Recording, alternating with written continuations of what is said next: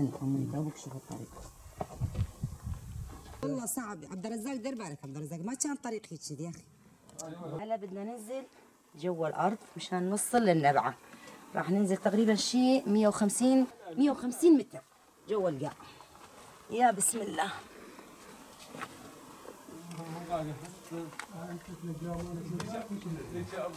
جبالي بدنا ضوء، هم هي لسه عبيد. شو يضل؟ ابنر مجال شو يقول؟ قرب راتنا فر شو ليش فاناي؟ نزلنا حتة غبرة ما قال. يا هو هين ما بدنا دي لسه عبيد جوا. ايه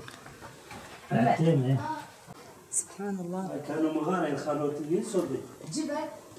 عاقر ابغى هسي ابني هسي فروجه. فاشلي هين زت. واللي لقيت حيوانها باب البرواء اللي في ذلك. يعني تين على البرواء اللي سومر. زاد بنبعة جوا الأرض. بدنا ننزل حتى نوصل عند النبعة. النبعة تبعد عني تصير جوا الأرض تقريبا 150 متر. بدنا ننزل جوا الأرض.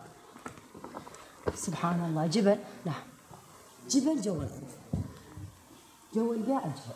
هالمدخل وننزل من المدخل. بس نزلت من المدخل تلاقي جبل جوا القاع.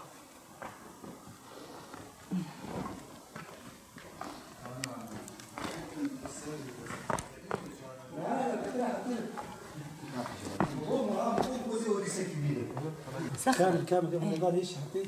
شوفوا نحطه على الدايريس نفسه هاي المنطقه. يعني صخر حجر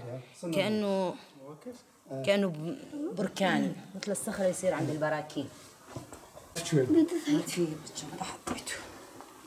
هاي وصلنا. ها ما ضل علينا شيء تقريبا. وصلنا المي. بس قولت حمودي اتقاع. لا ما في.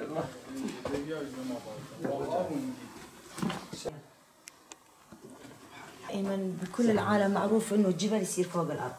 قال هين الجبل تحت الارض. صاير تحت الارض الجبل. سبحان الله. يكون سهل. وهاي تقريبا هاي وصلنا مو تقريبا. لا وصلنا النبعة. بس النبعة مو ضالها مثل اول. ها طول بالك.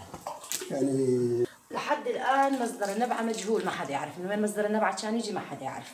كان يجي من الجهة الجنوبية بس هلا شوي قلال وينزل على الجهة الشمالية. المقولة تقول انه تصب توصل، كانت تصب بسريكانية براس العين. من زمان من اجدادنا كان موجود. وكانت المية اول كانت توصل للارض فوق. يعني من هين كانت توصل للارض فوق. هسه صارت بس بالقاع جوا. طب ما حدا طبعا. لو في غطاسين ينزلون جوا راح يلاقون مقارة جوا. يعني لسه في جبل جوا. ايش ما تنزل تلاقي جبل. شايفه؟ اذا تبين على الكاميرا دحشي. لكل العالم تعرف انه هين بنبعة يجونها عالم، تيجي عالم بالصيفيه يجون هنا رحلات، ينزلون هين رحلات، يجيبون شاي، يجيبون غدا، يتغدون جوا المقارة. خاصة بالصيف وبرودة يعني كأنش نازلة ببرد. منطقة نائية. منطقة نائية يعني ما في سكان هنا. يعني ما اعتقد انه حدا يستعملها للزراعة او لشيء. يعني هاي النبعة كنز جوا الارض. كنز جوا الارض، لا حدا مستخدم ولا حدا مستعمل. لازم هيئة الاثار هيش مواقع لازم يهتمون بها. يعني احنا عندنا مواقع اثرية بمناطقنا. يعني هاي المنطقة يمكن اذا حدا يجي يفوت جوا المي راح يلاقي شغلات اكثر ما تعرفين لوين توصل هاي المي. يعني لازم يكون بها اهتمام. شو خلي حدا يهتم بها. يعني نحن نطالب الاهتمام بالمناطق الاثريه كلها. عندنا كثير مناطق اثريه وكثير مناطق يعني مو مكتشفه لسه. يمكن هاي اول مره هاي المنطقه واذا المدخل شوي يتظبط وتصير عليها مثلا حمايه انه ما حدا يضل يرمي بيها وسخ او شيء، تكون المنطقه سياحيه.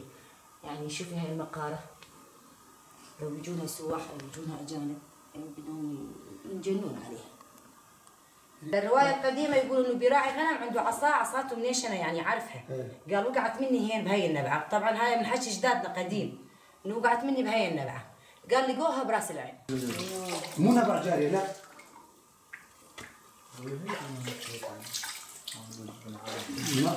لا هاي بدها عالم لا يفسرها. يعني جبل جوا القاع نعرف، يعني دائما المناخ يلعب دور، لانه شايفه كانه سطح معمر عماره. تحكي ضربي الكاميرا عليه كانه سطح معمر، شلون واقف وانا قاعد في السن. هاي كلها انهيارات صخريه. انا اعتقد المنطقه المكان هذا كله كان مي، كله هو كله كان مي. صارت كل ما تنزل المي جوا اجباري هذا يصير بيتها ردم وهذا، لانه المنطقه هاي كلها كاينه مي. هي المنطقه هسه احنا بيها كلها مي، مو بالنبع، مو بس هي ذيك جوا، يعني منسوب المي كان واصل يمكن لاخر مدخل النبع. الزلازل تاثر،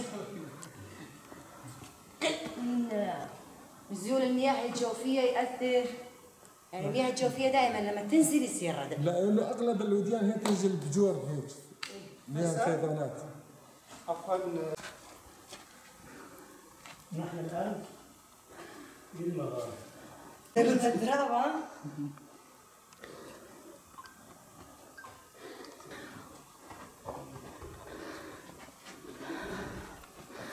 هاي المنطقة كلها نتيجة انه جوا الارض في جبال وفي صخور وفي فراغات، كلها تصير خفايس مثل هاي. يعني هنا عندنا مغارة صغيرة، هاي اذا يمكن حدا ينزل بيها بده يوصل لجوا محلات كنا عند النبع. يعني المنطقة هنا كلياتها كونها صايرة جبل جوا، يصير ينزل، تنزل التربة. جبال تنزل. الفيضانات هي تنزل كلها